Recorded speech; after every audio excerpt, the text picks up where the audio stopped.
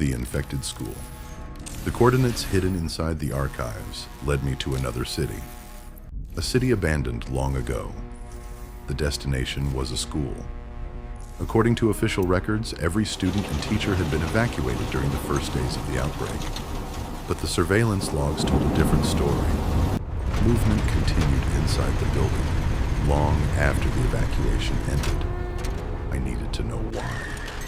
As I approached the school, I immediately saw the infected. Dozens of them wandered across the playground and surrounding streets. Some still wore pieces of old school uniforms. Time had stopped here. The school stood silent beneath dark clouds. Its windows stared back like empty eyes. I entered through a side entrance and stepped into a dark hallway. Dust covered the floors. Lockers lined the walls. Classrooms remained untouched. Books sat open on desks. Homework assignments were never finished. It looked as if everyone had simply vanished. Then I saw them, the infected. Some wandered through the corridors. Others remained inside classrooms, waiting, watching. Trapped inside the school for decades, I moved deeper into the building and discovered old quarantine notices. The school had not been used only for education.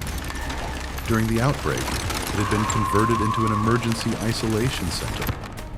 Something had happened here. Something important. In the library, I found hidden records pointing toward a secret medical facility built inside the school. Behind concealed walls and locked corridors, doctors had studied infected children.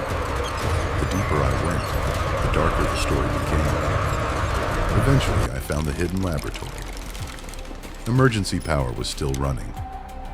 Medical equipment remained exactly where it had been left. Surveillance footage revealed children showing the first signs of infection. Doctors worked desperately to understand the virus, but they were running out of time. Inside the archives, I discovered hundreds of reports. Many were damaged. Others had been intentionally erased. One detail appeared again and again. Several children showed unusual resistance to the infection. Their condition did not match any known pattern. Then I found a familiar name, a name connected to the first machine. The connection was impossible to ignore. Someone had been tracking these children long before analyzing structural damage. Locating impact source. Continued Confirmation searching, of movement I below. uncovered a final Proceeding report. with caution. The document ended abruptly. The last researchers mentioned a sealed chamber hidden beneath the facility. No explanation. No details. Only a warning. I followed the records and descended deeper underground. At the end of a forgotten corridor stood a massive, reinforced door. The chamber was still receiving power. My sensors detected movement on the other side. Something was alive, or at least active. As I approached, the locks disengaged by themselves. The door slowly began to open. Red emergency lights flashed across the corridor. A shadow appeared beyond the opening. My system started analyzing the target. The results made no sense. The biological readings did not match any Analyzing. known Repeated infected references. human. Voices underground. This was something Medical different. reports confirm infection. Something unknown. Correlation detected. Then the chamber opened completely.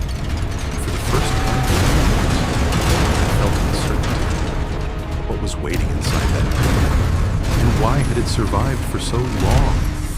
To be continued.